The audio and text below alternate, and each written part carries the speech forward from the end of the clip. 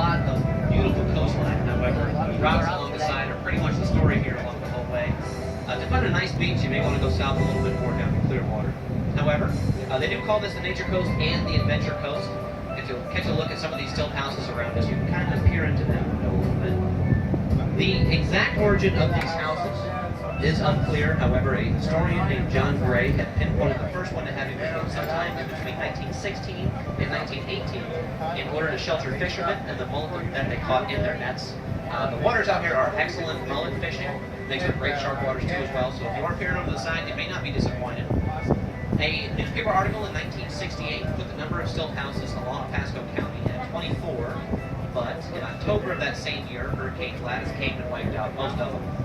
They were rebuilt, but unfortunately the no-name storm of 93 came through, took out about half of them, and due to a law passed in the 1970s, it became illegal to build any new stilt houses out here over the Gulf. It's an interesting situation there with the stilt houses. I know it's hard to own land over water, property over water for that matter, but they do it, and they are on 100-year leases. Seeing as how the first one was built around 1916, and the year's now 2016, we're looking at the end of our first 100-year lease. So when they are gone, the stilt houses will be gone as well, so we'll enjoy them while we have them. Nowadays, they are still living. You see some American flags on the side of them. I guess they're being used currently today. In them you will find generators for electricity and heat. When in use, you'll find clotheslines along the decks, beer bottles as well, and in the bathrooms they're all fully equipped with chemical toilets. Now, on the other side of these stilt houses, we got a brand new piece of our tour I'm kind of excited to tell you about. Nice little story of the Adventure Coast. If you'll take a look at that boat, it is, in fact, dipped over on one side. The starboard side of that boat is in the water, and that is brand new to the coast. It's about 2 weeks old. About 2 weeks ago, me and Captain Willie were downstairs in the bridge, and we heard over the radio, Port Richey Police, Pasco County Police, U.S. Coast Guard, Sector St. Pete, U.S. Coast Guard Sector, Alabama even, they were all contacted about this boat, and they came over. The story is this. A couple weeks ago, they found that boat with its starboard side dipped in and the port side engine running, completely abandoned. Nobody was in it. Nobody knows how it got there. We think that somebody was fishing out a little bit further into the deeper water and fell off of it, and that boat was an autopilot, drove all the way back here and beached on some shallow water over there. Now, that is again brand new. I have no extra information about that boat, but it is very interesting.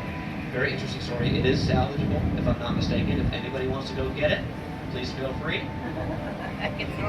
Interesting boat rules. I know you can't just pick your Honda Toyota, Honda Civic up on the side of the interstate and take it home with you, but those are different.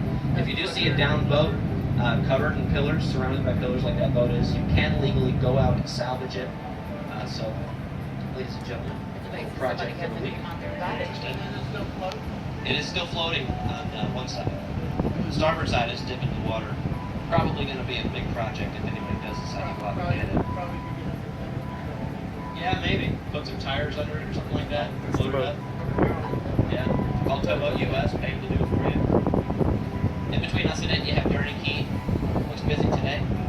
Dirty Key is a local boating destination here on the Pasco County coastline. And it is very popular typically. The island itself was named after a man named John H. Durney, mayor of Port Richey and Newport Richey, respectively, in the 1970s. Mr. Durney was tireless in his efforts to have the Piscataqui River Channel dredged for traffic, and that little island over there is the result of the dredging operation. All that dirt over there is directly out of the channel that we dug, so we can be able to do things like this. Make the Miss Virginia take the tropical breeze out through the channel. A lot of stray baloney over there on that beach, so don't tell the kids in the water, but this is nice shark territory. They're all friendly sharks, however. The sand sharks tops. So again, if you are peering over the side, be on the lookout. This is typically where you would get to see some of that stuff. Now, our last piece of interest is coming up here on the port side.